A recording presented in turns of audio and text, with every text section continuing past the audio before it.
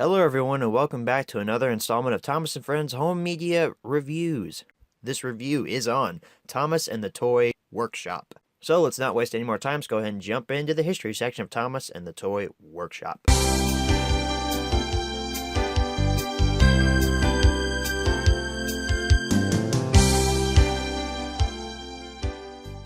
So Thomas and the Toy Workshop was originally released back in 2007, and then it was reprinted by Lionsgate, and I'm assuming 2011, 2010, something like that, in a 2-pack with Thomas and the Really Brave Engines. That's kind of a weird 2-pack.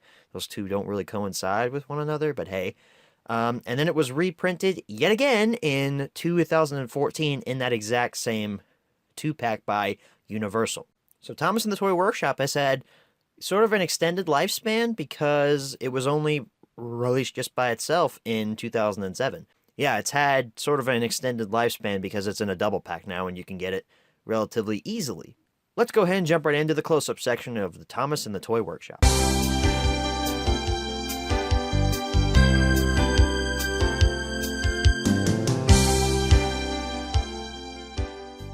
Alrighty everyone, here's your close-up look at Thomas and the Toy Workshop. Now we've actually seen this exact same double feature pack back in Thomas and the Really Brave Engines, but obviously we're not looking at that. We're looking at Thomas and the Toy Workshop, so we're only looking at this side this time around. So we've got the nice picture of Thomas on the front.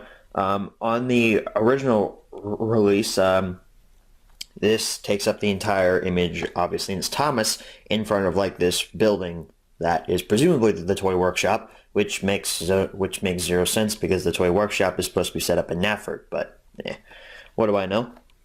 On the side, we have our Hit Entertainment logo. We scroll on down here. Thomas and the Toy Workshop is on the top. I do like how they put toy in like these little blocks with green, red, and blue. I wonder if that's a reference to Percy, James, and Thomas. It might be. I don't know. You look on the bottom here, we have a nice portrait image of Thomas from the front. We have our Universal logo on the bottom. On the back, we're only going to take a look at the Toy Workshop section. There's our tiny blurb. And here are our features. We have 6 fun-filled episodes, 2 sing-along songs, and a character gallery. We also have a snapshot from Thomas and the Toy Workshop. We open this up. There's our disc. It's conveniently on top. It's on one of those arm things, as Really Brave Engines is on the bottom. But we're only going to look at Toy Workshop right now. And it's like with all these new Universal uniform looks, I guess you could say. It's all clear, and this text is actually printed in green, which is pretty nice. I have to say I'm not too big of a fan of that whole clear disc thing, which makes it really reflective. There's no artwork put into it. It just looks a little cheaper, but at the same time, I like that they're all uniform, I suppose, because they all look the same except for their titles, so I guess that makes sense. Anyway, let's go ahead and transition into our menu tour of Thomas and the Toy Workshop. Alrighty, everyone, here's our menu tour for Thomas and the Toy Workshop. We're starting off here with a classic style of menu. There is nothing that Mr. Hatter Thomas is telling us. It's just the new series theme, which kind of makes sense because with these newer reprint versions of these older releases, Universal just loves to take out the narration and just put in the new series theme. But hey, I'm not complaining, I suppose. Let's go to Pick a Story. We have Thomas and the statue, Henry and the flagpole, Bold and Brave. We have Thomas and the Toy Workshop. Of course, you have to have that on there. It's the title of the release. Percy and the oil painting, and Thomas and the rainbow. So 6 stories here. Let's go to the character cube, see if that's anything new. Let's see if there's any narration here. And even learn fun facts about each of them. You can either sit back and read along as the character cubes rotate to the next character, or if you're in a hurry to see a favorite soda or friend, you can click on the next button that appears on the screen. If you would like to go back a cube, click on the back button that appears on the screen. Have fun!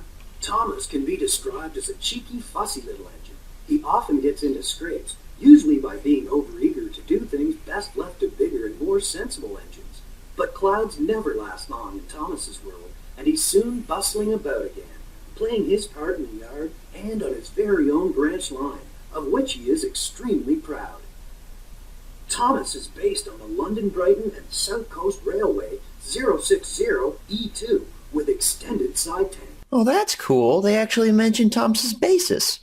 Interesting. This is a cool way to set up the character gallery. It's more interactive, I guess you could say, than with the other versions of the character gallery, with that standard version with the engines that Titmus sheds. They mentioned Edward does not have his number on his sides in the original. They referenced the Railway series. Wow!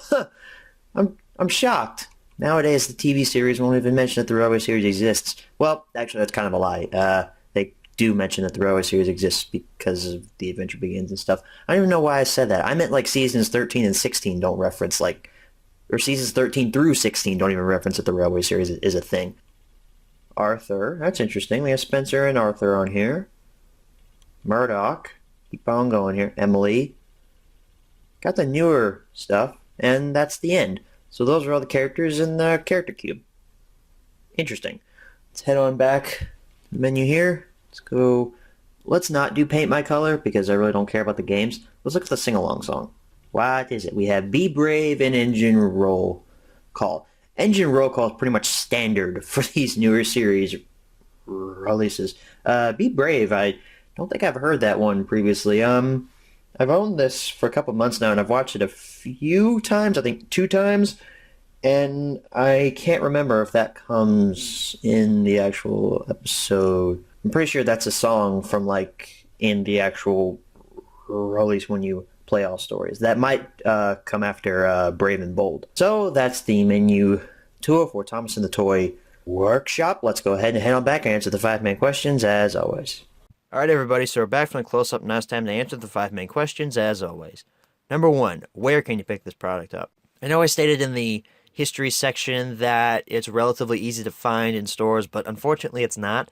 I bought my copy back in 2015, I believe, the double pack copy, and that cost about, like, what, $5 at Walmart or something? Back around the time when Avengers Age of Ultron came out on Blu-ray, so it was, what, August of 2015? And yeah, it's now 2017, so it's close to 2 years now that I've owned this, so I'm going to say it's probably not going to be found in stores anymore. So I'd say online retail is your best bet, especially with the 2007 original print from 20th Century Fox.